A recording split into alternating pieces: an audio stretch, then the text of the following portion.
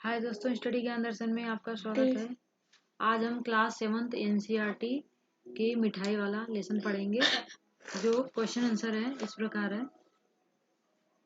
पहला क्वेश्चन है, मिठाई वाला अलग अलग चीजें क्यों बेचता था।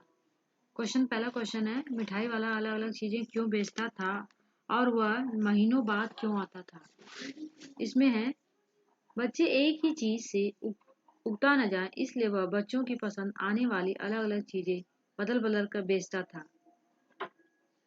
इसमें यह दिया गया, उगता न जाए, उगता मतलब एक ही चीज से बच्चे बोर ना हो जाएं, इसीलिए वह बार बार अलग अलग चीजें बेचता था जिससे कि बच्चों का मन बहलता रहे और वह काफी पसंद भी करें, इसलिए अलग अलग चीजें बेचता था मिठाई वाला।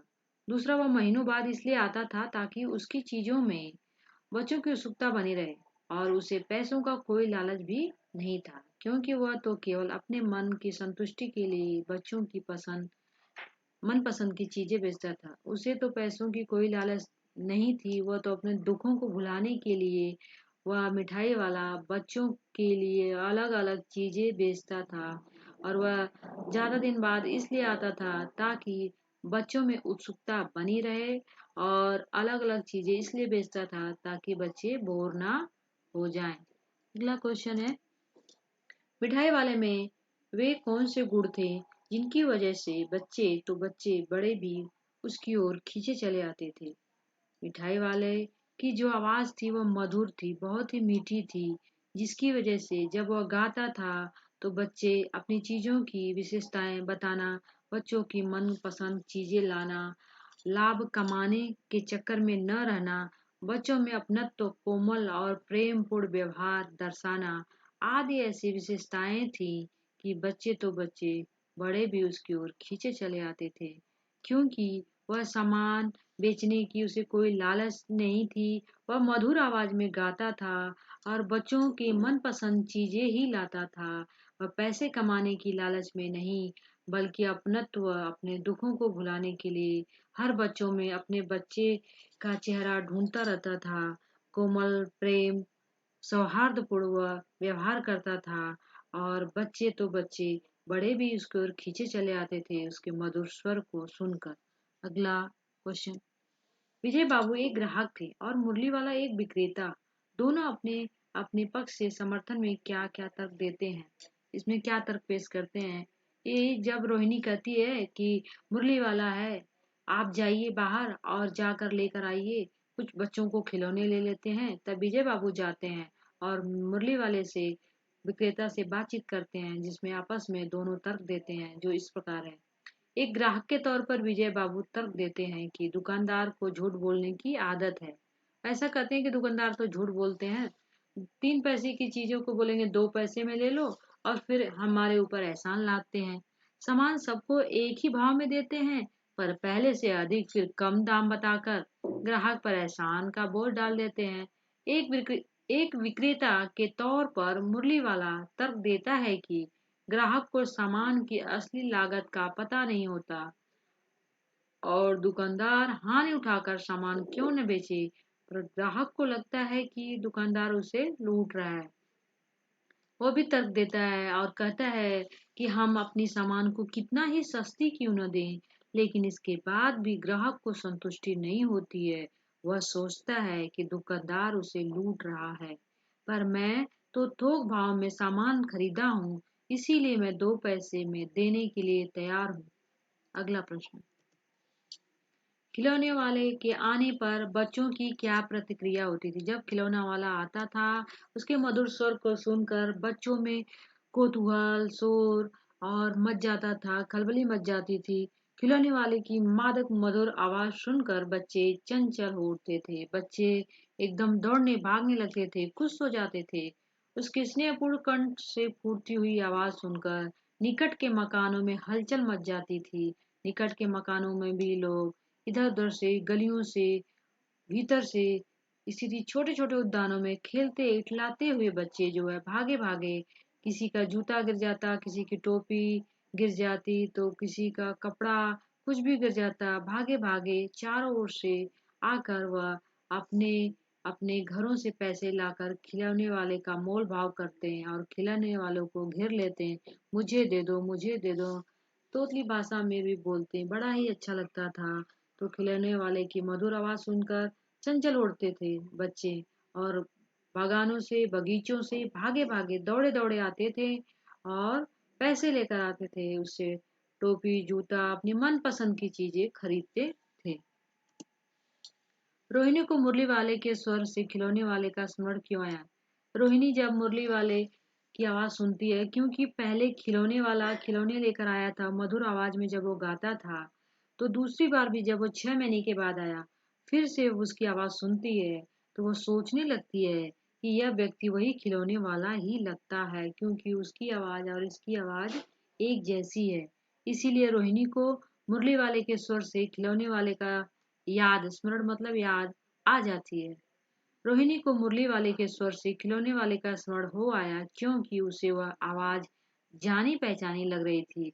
उसे स्मरण हो आया, उसे याद आ गया कि खिलौने वाला भी इसी प्रकार मधुर कंठ से गाकर खिलौने बेचा करता था और इस मुरली वाले का स्वर भी उसी तरह का था।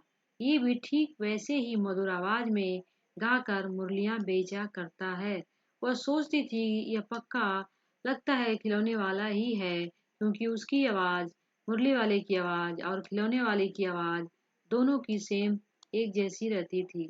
तो उसे इसलिए याद आ गया खिलौने वाले का। किसकी बात सुनकर मिठाई वाला भावुक हो गया था। उसने इन व्यवसायों को अपनाने का क्या कारण बताया? वह रोहिणी पूछती है, आग्रह करती है कि आप क्यों इतनी सस्ती चीजें बेचते हैं और आपको क्या फायदा होता है।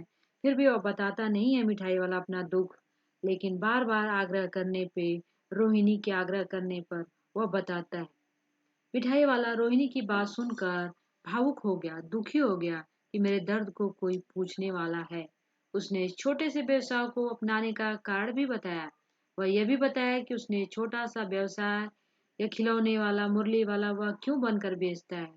इससे उसे अपने मृत बच्चों की झलक दूसरों के बच्चों में मिल जाती है।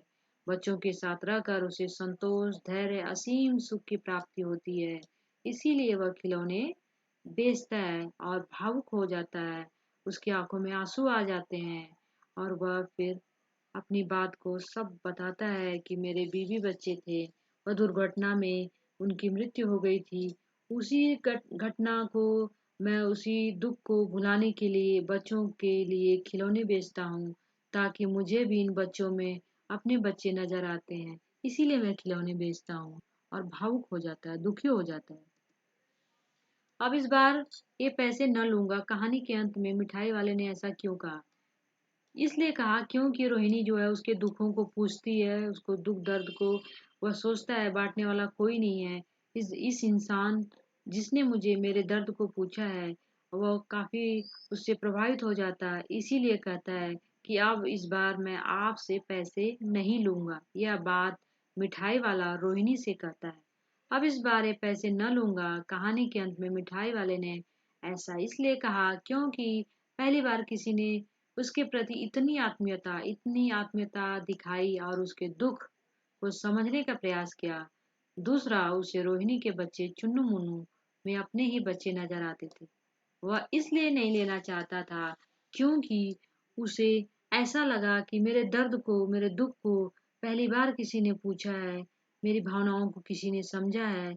इसीलिए वह चुन्नू मुन्नू की माँ से कहता है, मैं पैसे नहीं लूंगा। और चुन्नू मुन्नू को देखकर उसे अपने बच्चे जैसा ही नजर आता है, इसीलिए और भी नहीं लेना चाहता पैसे। इस कहानी में रोहिणी चिक के पीछे से बात करती है। क्या आज भी औरतें चिक के पीछे से बात करती हैं? यदि करती हैं तो क्यों? आपकी राय में क्या है? चिक का मतलब होता है खंबा। खंबे की आड़ से पहले औरतें बात करती थी। पहले के जमाने में पर्दा प्रथा थी, लोग, औरतें बाहर नहीं आती थी। इसीलिए जब फेरी वाले आते थे, वह चिक की आड़ में, खंबे की आड़ में, पर्दे की आड़ में से पैसे देकर वह सामान खरीदती थी, लेकिन कभी भी किसी बाहरी इंसान के सामने वह नहीं आती थी। हाँ, आज भी कुछ पिछड़े ग्रामीण, रूढ़िवादी, अंधविश्वासी लोग हैं जो विशेष परिवारों में पर्दा प्रथा का चलन है। आज भी बहुत ऐसे जगह हैं जहाँ पे पर्दा प्रथा में औरतें रहती हैं और घर से बाहर नहीं निकलती हैं, घूंघट में निकलती हैं। मेरी राय में यह बिल्कुल भी उचित नहीं। यह प्रथा केवल स्त्रियों की स्वतंत्रता का हनन करती है। यह बिल्कुल भी सही नहीं है, क्योंकि यह स्त्रियों की स्वतंत्रता, उसकी आज़ादी, उसका फ्रीडम सब वह हनन करती है, उसे रोकती है। यह सही नहीं है, बल्कि उनकी प्रगति में भी रुकावट उत्पन्न करती है। बल्कि स्त्रियों की प्रगति में भी रुकावट उत्पन्न करती है पर्दा प्रथा। पर्दा प्रथा को हटा देना चाहिए, क्योंकि आज का समाज शिक्षित समाज है। साथ ही इस प्रकार की प्रथाएं हमारे देश की छवि को भी विश्व पटल पर धूमिल करती हैं। साथ ही हमारे देश की जो छवि है उसे भी फीका कर देती हैं यह पर्दा प्रथा। इसीलिए इसे समाप्त कर देना चाहिए। लेकिन आज भी बहुत से ऐसे रूढ़िवादी गांव हैं जो आज भी पर्दा प्रथा से घिरे हुए हैं, आज भी उसे लोग मानते हैं। प्रश्न नंबर 9। हाट मेले, शादी आदि आयोजनों में कौन कौन सी चीजें आपको सबसे ज्यादा आकर्षित करती हैं? उनको सजाने बनाने में किसका हाथ होगा? उन चेहरों पर के बारे में लिखिए। इसमें यही कहा गया है कि हाट मेला है, शादी आयोजन है या कोई भी फंक्शन है, उसमें सजाने का संवारने का काम कौन करता है, प्लानिंग कौन करता है? इसमें उत्तर है हाट मेले की सभी चीजें मन को आकर्षित करते हैं, जैसे खाने पीने की चटपटी चीजें, चाट पकौड़ी, दही भल्ले, गोलगप्पे, नमकीन, सेव पापड़ी, नमक पारे, मिठाइयाँ, जलेबियाँ, मालपुए, आइसक्रीम, बर्फ के गोले, खिलौने, रंग बिरंगे गुब्बारे, झूले, जादुई तमाशे आदि।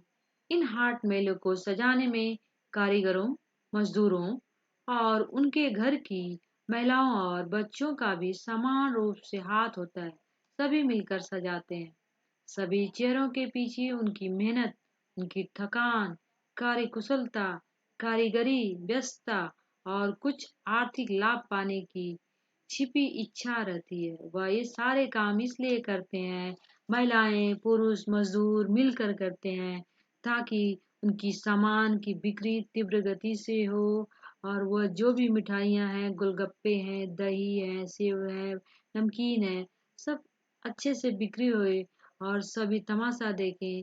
सभी मिलजुल कर सजाते हैं, कारीगर हैं, मजदूर हैं, महिलाएं हैं, सभी मिलकर इसे खूब अच्छी तरीके से सजाते हैं और खूब मेहनत के साथ सजाते हैं, और इसके बाद जिससे कि आर्थिक लाभ उन्हें प्राप्त हो सके।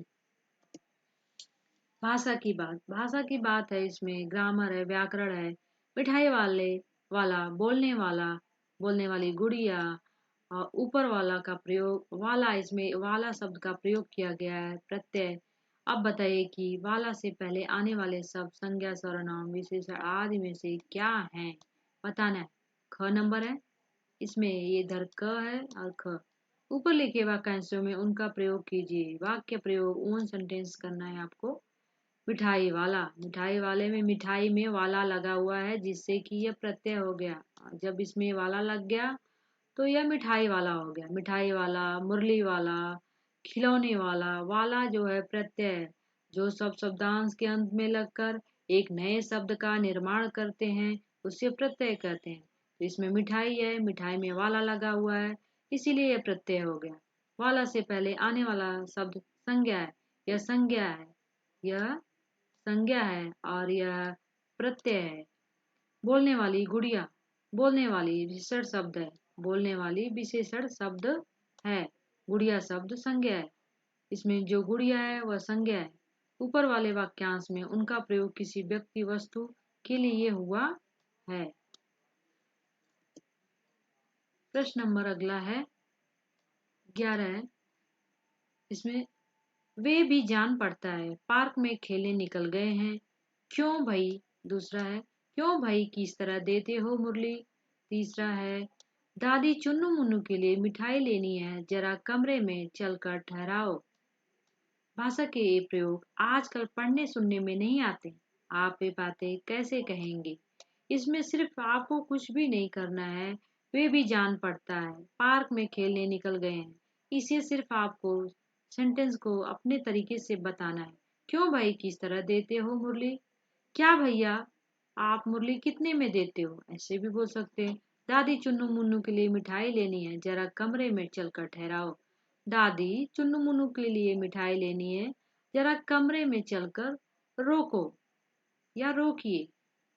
भाषा के प्रयोग में जो बदलाव है उसे बताया गया है। हम ये बातें इस प्रकार कहेंगे, प्रतीत होता है वे भी पार्क में खेलने निकल गए हैं। आप इसे इस तरीके से बोल सकते हैं, वे भी जान पड़ता है कि जगह प्रतीत होता है वे भी पार्क में खेलने निकल गए हैं। क्यों भाई, भाई मुरली किस भाव में बेचते हो? यहाँ क्यों भाई किस तरह देते हो मुरली, तो यहाँ पे दिया क्यों भाई मुरली किस भाव बेचते हो। आपको ध्यान देना है, यह बनाते समय आप अपने सेंटेंस से बना सकते हैं। क्यों भाई, फिर यहाँ पे दिया है क्यों भाई। क्यों भाई की जगह आप भाई कर देंगे। मुरली किस तरह किस भाव में बेचते हैं। इसमें प्रश्न नंबर तीसरा है, दादी चुन्नू मुन्नू के लिए मिठाई लेनी है, जरा कमरे में चलकर भाव तो कीजिए। और यहाँ पे दिया था दा यहाँ पे दादी चुन्नू मुन्नू के लिए मिठाई लेनी है, जरा कमरे में चलकर ठहराओ। और यहाँ पे भाव तो कीजिए। या फिर आप ऐसे भी कह सकते हैं, दादी चुन्नू मुन्नू के लिए मिठाई लेनी है, जरा कमरे में चलकर रोकिए या उनसे बातचीत कीजिए। या फिर दादी चुन्नू मुन्नू के लिए मिठाई लेनी है, जरा कमरे में चलकर भाव तो कीजिए। इस तरीके से आपका सभी प्रश्न उत्तर जो है वह खत्म हो गया है। अब आप इसे अच्छी तरीके से कर सकते हैं। अगर आपको मेरी वीडियो पसंद आए तो लाइक शेयर सब्सक्राइब कीजिए। थैंक यू, धन्यवाद।